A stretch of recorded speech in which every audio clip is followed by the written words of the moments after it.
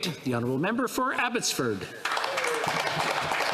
Well, thank you very much, Mr. Speaker, and I want to begin by thanking the wonderful people of Abbotsford for continuing to support my work in this House and my representation of their interests as their MP.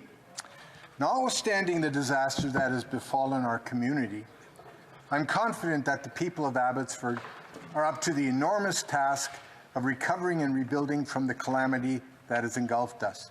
And by now, Canadians will have heard, and indeed much of the rest of the world has taken notice of the catastrophe that struck our peaceful Fraser Valley and other sections of southern British Columbia. And like Noah of old, we were told that an historic weather event was on its way, and the climatologists called it an atmospheric river.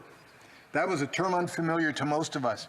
We certainly had no idea how bad and devastating that event would be. Mr. Speaker, in all of my years living in Greater Vancouver and in the Fraser Valley, I have never, ever experienced so much rain.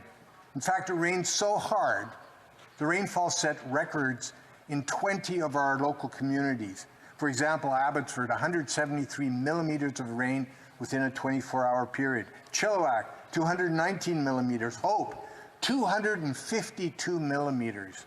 All at one time, and the destruction was enormous. Creeks and rivers cascaded down mountainsides, overflowed their banks, and surged across floodplains. Waterlogged hillsides collapsed and became rock and mudslides that buried and destroyed highways and bridges, rail lines, hydro and telecommunication lines, and other critical infrastructure. Culverts, drainage pipes, ditches, all overwhelmed. Roads were closed as massive puddles and ponds formed on many roadways throughout our region. Dikes were breached in many places, especially in Abbotsford. Our Barrowtown pump station was overwhelmed and was on the verge of collapse. Homes, businesses, and farms became submerged. Whole communities like Merritt and Princeton had to be evacuated. Flooding also set off explosions and at least one fire that destroyed at least one business in Abbotsford. Manure pits were compromised and have begun polluting the gathering floodwaters and the surrounding land. Livestock ran out of feed, and thousands of animals drowned or had to be euthanized. In some communities, entire sewer and water systems were overrun and collapsed. Vehicles, machinery, and other property were swept away. 17,000 British Columbians across our province had to be evacuated. Communities such as Hope and Lytton and Chilliwack were left completely stranded as all transportation routes were cut off, at least temporarily. And hoarding and sadly even isolated looting has led to empty store shelves in some of our communities. In my hometown of Abbotsford, the situation went from bad to worse to desperate. Homes on hillsides began to flood as gutters and drain pipes just couldn't handle the excessive rain. And then the Sumas River began to breach its dikes that had been constructed to drain Sumas Prairie some 100 years ago. To make matters worse, the Nooksack River in the state of Washington to the south of us also began to flood and washed over the border into Canada and across Sumas Prairie. Riverbanks and roadbeds began to erode, compromising flood protection and the safety of travel on those very roads. So as the flooding became worse, our number one priority was human safety. And then it was animal rescue, and lastly, it was protection of property. So the call went out for help from anywhere, from anyone. And our community stepped up big time. Local city officials led by Mayor Braun and BC's Emergency Support Services supervised the logistical response on the ground and oversaw the evacuation of hundreds of residents to drier ground. The Canadian Armed Forces also helped out with this effort, evacuating people and animals from flooded areas and transporting equipment and feed to where it was most needed. Farmers from all over began helping each other move livestock to drier ground, and clean up flooded homes and outbuildings. In fact, there's one story that made it to the national news, Mr. Speaker. It was one of our residents who took a Sea-Doo out on the floodwaters and helped pull cattle to safety, if you can imagine that. And Mr. Speaker, organizations like our local churches offered food and shelter to those needing it. Organizations like Archway and the Salvation Army and the Mennonite Central Committee and the Red Cross also provided food, shelter, clothing, and counseling, as did community volunteers who offered their homes and food to stranded travelers in places like Hope. Our trucking industry mobilized and was able to deliver hundreds upon hundreds of dump truck loads of fill to the dike breach at the number 4 road breach, thereby staunching the flow of water from the Sumas River and finally allowing the prairie to begin to drain. And gratefully, our local city workers and volunteers and armed forces were able to sandbag and keep the Barrowtown pump station operating. Thank goodness. Even performers Rosemary Siemens and Eli Bennett entertained displaced residents at Abbotsford's Tradex building at no charge. Awesome. Now, Mr. Speaker, I was among a number of local MPs who traveled to Ottawa and met with a number of ministers from the federal government who are responsible for the federal flood response, including the Minister of Emergency Preparedness, and I thank him for taking that meeting, and the Minister of Pacific Economic Development, who was here just a moment ago. I guess I'm not allowed to say that, but he's president, and he was president, and sharing with us this immense disaster that is being borne by communities across British Columbia. We are deeply grateful to the thousands of Canadians who have stepped up to donate relief and aid in recovery efforts. Special thanks to the University of the Fraser Valley, the Abbotsford Community Foundation, and the Abbotsford Chamber of Commerce for setting up the Abbotsford Disaster Relief Fund to manage the outpouring of generosity from Canadians across our country. Mr. Speaker, again, I'll repeat that. It's the Abbotsford Disaster Relief Fund. If they Google it, they'll find it on the internet. And again, a big thank you to Canadians across this great country of ours for stepping up and delivering and donating and helping out. Well, Mr. Speaker, there are serious economic consequences to this disaster. Both major rail lines, CP and CN, are badly damaged and will take time to fully repair. Now, the good news is that today, CP began to travel on its tracks again, and I understand that tomorrow, CN will be doing the same. Woo. Great. So it's always nice to have a glimmer of hope in the horizon. I also note that Highways 1, 3, 5, and Highway 7 have all been badly damaged by rock and mudslides and were closed for days. In fact, the Highway 5, the Coquihalla, will take a lot of time to restore to its former condition. It is a mess. And then there's the Vancouver Port, which is Canada's largest, which has logistically been cut off from the rest of the country. That alone has stranded much of the $550 million a day worth of cargo that enters and leaves our port. Now, think of that, over $500 million a day going in and out of our port that is stranded. Right now, it's impossible to send consumer goods and food eastward across the Rockies by truck and rail. Another thing many British Columbians forget is that 50% of all farm gate revenues in British Columbia emanate from Abbotsford. We are the heart of farming country in British Columbia, and much of that has been stranded. For example, as the flood got worse, our farmers found it increasingly difficult to buy feed for their cattle, chickens, and other livestock. Dairy farmers desperately scrambled to get their cows to higher ground and ended up having to dump milk because there was no way to get it to the processors. And the processors then had no way of getting their products, their tasty products, to other markets across Canada. Schools were closed as teachers were unable to move across the flood zone to teach students in another part of our region. Businesses and stores in or close to the flood zone were shut down, at least temporarily. Traffic in some parts of our region became badly snarled as key transportation corridors were shut down due to damaged roads and roadbeds. And that included, Mr. Speaker, the Trans-Canada Highway, Highway 1, which connects us to the rest of Canada. As the flooding recedes, it will take some time for engineers to determine the structural integrity of that major highway. Tens of thousands of cars and trucks travel that road every single day. There are massive economic consequences as everyday trade and commerce has been badly disrupted.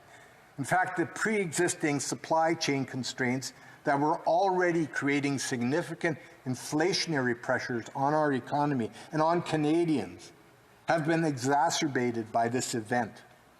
It will take years to assess the economic damage this flood will inflict upon our country. Suffice it to say that the damage and cost will be in the many billions of dollars. Now, what are the human consequences, Mr. Speaker? Perhaps the most important ones. Sadly, at least 4 people have lost their lives as a result of this atmospheric river event. The education of our children has been disrupted.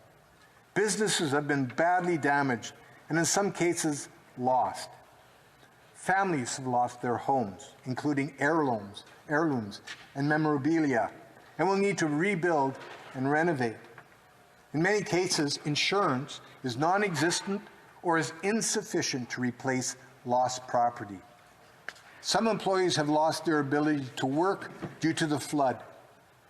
In other words, life in general has, again, right after the COVID event, been disrupted through a weather event.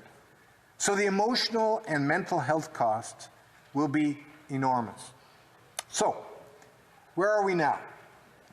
Well, the floodwaters, the minister is quite right. The floodwaters are beginning to recede. But, sadly, more flood events are on their way. In fact, the first one appears to be arriving tonight. That's not good news. And there's a couple of other weather events right behind it. So we're not through this yet. Again, we don't know how bad this will be, but it'll put further pressure on our dike, pump, and drainage systems. Farmers and displaced homeowners are now beginning to clean up their homes and barns, hoping for the best, that this is as bad as it's going to get. There's rotting debris everywhere, as might be expected, including canisters, barrels, and containers carrying unknown substances. Some of these almost certainly toxic. We know there are pesticides floating around on Sumas Prairie. Not good. It's estimated that some 2,000 cattle have died in this flood and will quickly have to be removed and disposed of. Oil slicks have been identified from the air, and attempts are being made to identify the source of those slicks. Some other good news. Highway 7 is partially open. Highway 3 is open again. My hope is that at least 1 or 2 lanes of the Trans-Canada Highway will soon be restored for traffic. Also good news. The pumps at Barrowtown, the last defense before we are drowned by the mighty Fraser River, are still working. Hear, hear. And the Sumas Dike has been temporarily repaired and is holding. Sadly, there are those who chose our time of need and solidarity to engage in public finger-pointing. It's a very small minority, but they're out there. To be sure, the time for finger-pointing will come. There's more than enough blame to go around for our failure to be fully prepared for this event. But right now, as my colleague from Matsqui Mission, Fraser Canyon, has repeatedly said, it's time for all hands on deck and for a Team Canada approach to this disaster. And I appreciate the minister's remarks as well. He clearly wants to be part of this Team Canada approach. We stand with him in helping the residents of the Fraser Valley, the rest of British Columbia, recover from this event.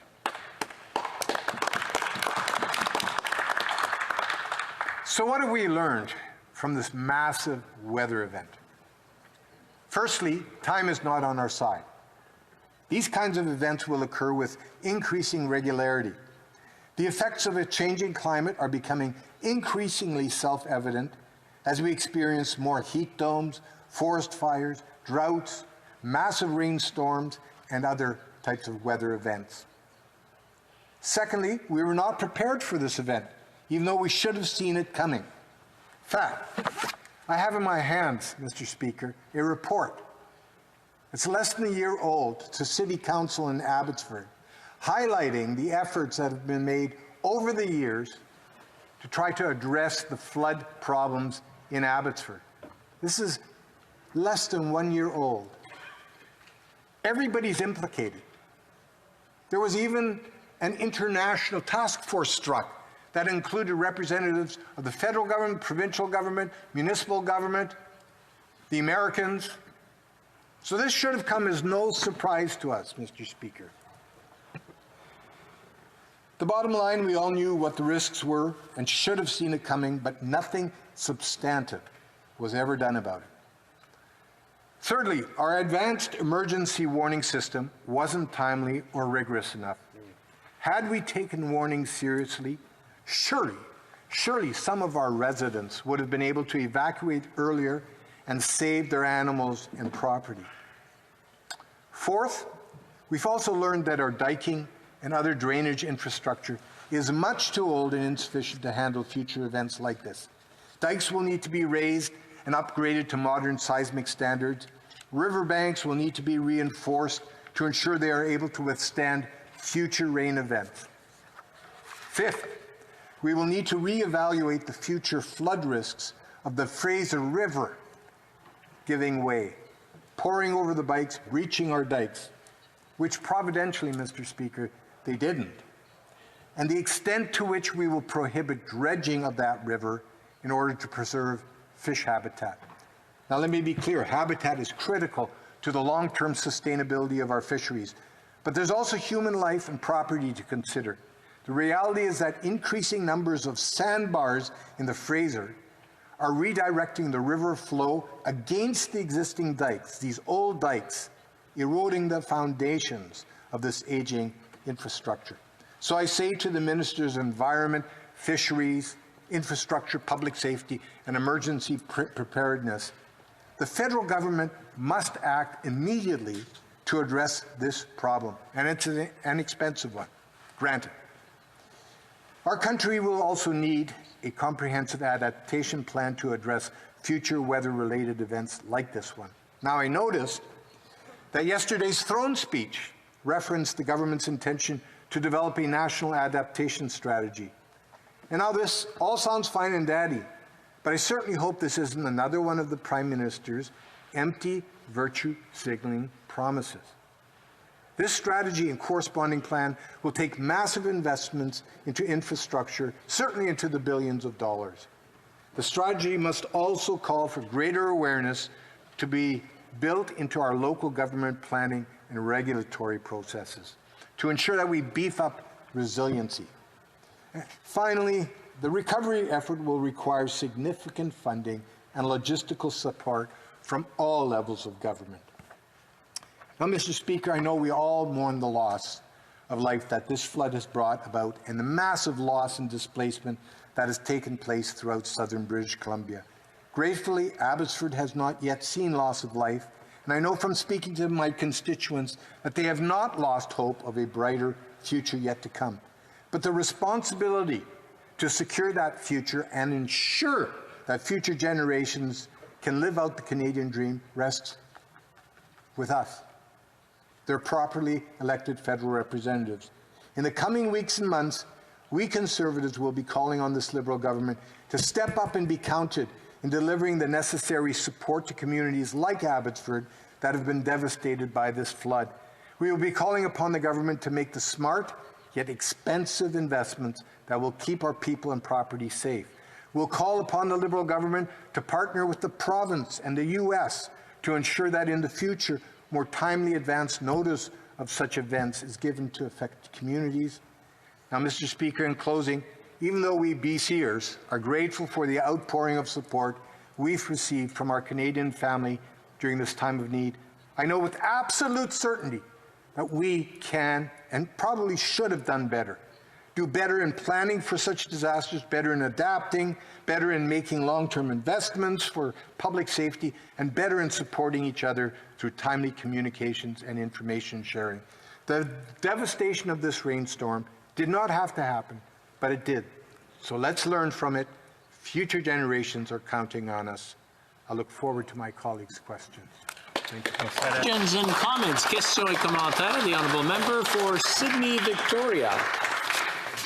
I'd like to thank the member for his comments, and my prayers and my thoughts are with the people of his riding, just as they are with my riding of Sydney Victoria, that's seeing unprecedented rain in some places, 200 millimeters of rain, that have seen bridges come out and flooding that's unprecedented. And I'm glad that we're talking about lessons learned in this House. And I'm reminded of a lesson that Chief Seattle once said in that area in 1854, when he said, "Man did not weave the web of life. He is merely a strand. Whatever he does to the web, he does to himself." And I'm wondering, what are we learning? And I understand that the member mentioned some of the learning things about preparedness and what the money that we have to invest moving forward. But I wonder if the member could comment a bit about what lessons we are learning forward, that we need to take forward as the House of Commons, on how better we should be treating our environment, or the web of life that we are a part of, not in charge of, but the web of life that we belong to. The honourable member for Abbotsford.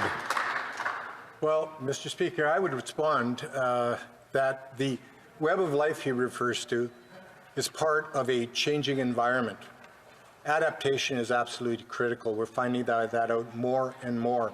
The other lesson I draw from this terrible event is the fact that we, as a senior level of government, we actually have the power and the resources to address these issues by investing in advance, up front.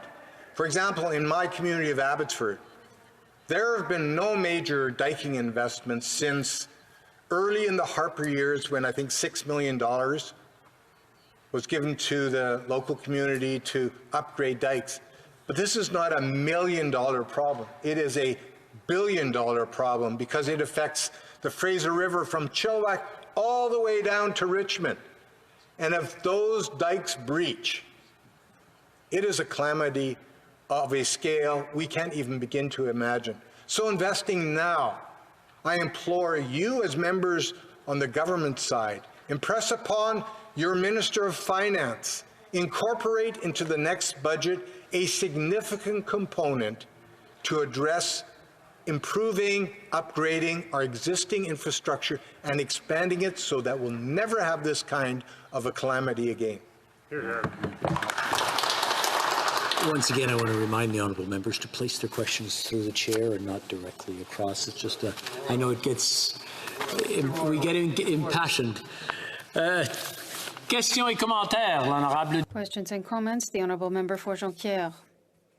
Thank you very much, Mr. Speaker. I just want to take 3 seconds to thank the fantastic constituents of Jonquière who gave me confidence, put their faith in me once again, as well as my spouse. And I want to thank her. I would say to my colleague from Abbotsford that in 1996, the Saguenay-Lac-Saint-Jean had the same thing happen. And I can reiterate to him my support. I remember that after 96, there's something that hasn't been mentioned yet, is that there were many people who had traumatic problems, and there was a chair of research at the University of Quebec in Chicoutimi that was established to deal with these kinds of traumas and mental health issues, and I would be pleased, if he wishes it, to put him in contact with these people. And it would be my pleasure as well to provide the information. He talked about a Abbotsford Fund. Perhaps it would be interesting for all parliamentarians today to be able to pass out this information. Thank you. Honourable member for Abbotsford. Mr. Speaker, I thank him for those very generous remarks, and I take him up on the offer. If he wants to send me that information, I would welcome it. I didn't sense there was a question there, but I do sense that around this House here, there's a clear understanding that these kinds of crises can be averted. Now, we can't stop the weather from happening. We can certainly do our part to address the challenge of climate change. But these events are going to continue to happen on an even more regular basis. We do have tools available to us to reduce or completely eliminate the harm to human beings and to property. Let's use those tools together. And I think we'll be serving our constituents and Canadians very well by doing so. Well said. Questions and comments? Question et commentaire. The honourable member for Victoria. Thank you, Mr. Speaker. This is British Columbia's third state of emergency just this year. The climate crisis is here, and it is hurting communities. It is displacing people. It is costing lives.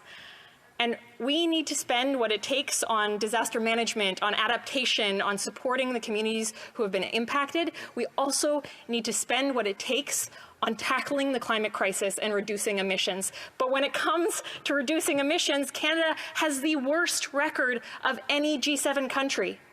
So does the member agree that this government needs to take immediate, bold action to tackle the climate crisis and help prevent disasters like the ones that my home province is experiencing right now? The honourable member for Abbotsford. Our home province. Thank you. And I thank her for that question. I would agree with her that over the years, this government has set targets, never been on a trajectory to meet those targets, then set higher targets, of course not on trajectory to meet those targets, then setting a net zero by 2050 target, which the Prime Minister knows he will never be around to ever have to defend that target or to justify his failure. So it's easy to virtue signal and set targets that you know you're never going to meet. I would think that we as Canadians now are prepared to be firm and to put in place a plan that sets out realistic targets and that has a firm plan to meet those targets. Now, I know the Prime Minister will claim that his plan is going to meet those targets. There is nothing in his past performance to show that his future performance will live up to those promises. That's the standard I look at. What has he done in the past? And what will he do in the future? And his past performance doesn't give us much hope. So I hope he's going to be better going forward. But right now, we're looking at a failed climate policy from this government. And comments. The honourable member for Kitchener Centre. Thank you so much, Mr. Speaker. Not having had the chance to say so earlier this week, I wanted to start by offering you my heartfelt congratulations on your election on behalf of the Green Caucus. Your role in this 44th Parliament is a critical one, and I know already you're doing it with grace and integrity. Au moment où je prends la parole, As I rise to speak, it's the first time that I do so, and I am struck by the sacred space here called the Chamber of Commons. House, I hope this sense of awe is never extinguished, because with it comes a sense of responsibility to discuss constructively, to disagree without being disagreeable, and most of all, to be respectful in this place. I'd also like to publicly thank my neighbors in Kitchener Centre for placing their trust in me. My question this evening picks up on one asked by the honourable member for Victoria yesterday. Fossil fuels are the primary contributor to the climate crisis, accounting for almost or over 75% of global greenhouse gas emissions. As such, we must stop burning oil, gas, and coal at the pace that scientists like the Intergovernmental Panel on Climate Change have called for. In Canada, this means at least a 60% reduction by 2030. And we must be honest with ourselves. It's the combustion of fossil fuels that in turn fuel the climate emergency and the extreme weather that has led to this emergency debate and to lives lost and infrastructure crumbled in BC. Yet, in the midst of this state of emergency, our federal government continues to subsidize the domestic oil and gas sector, estimated at $17 billion in 2020. My question for the honourable member is, does he not agree it's time to reinvest these funds in people working in the oil and gas industry, in their future, and in the communities hardest hit, needing the funds not only to recover, but as the member has mentioned, to also adapt? Thank you. The honourable member for Abbotsford in 45 seconds or less, please. Mr. Speaker, I'm a little bit disappointed with that member's question. Here we are debating perhaps the disaster of our lifetime, an historic disaster across southern British Columbia. This is not about a fight over oil and gas. This is about the people of Abbotsford, of the Fraser Valley, of the Fraser Canyon, the interior of British Columbia, who are suffering immensely right now. They don't want to have a fight right now about oil and gas. What they want is an assurance from this government that this government will be there for them, and that in the future this government will deliver the kinds of infrastructure investments that will ensure that this never ever happens again to them. Resuming debate.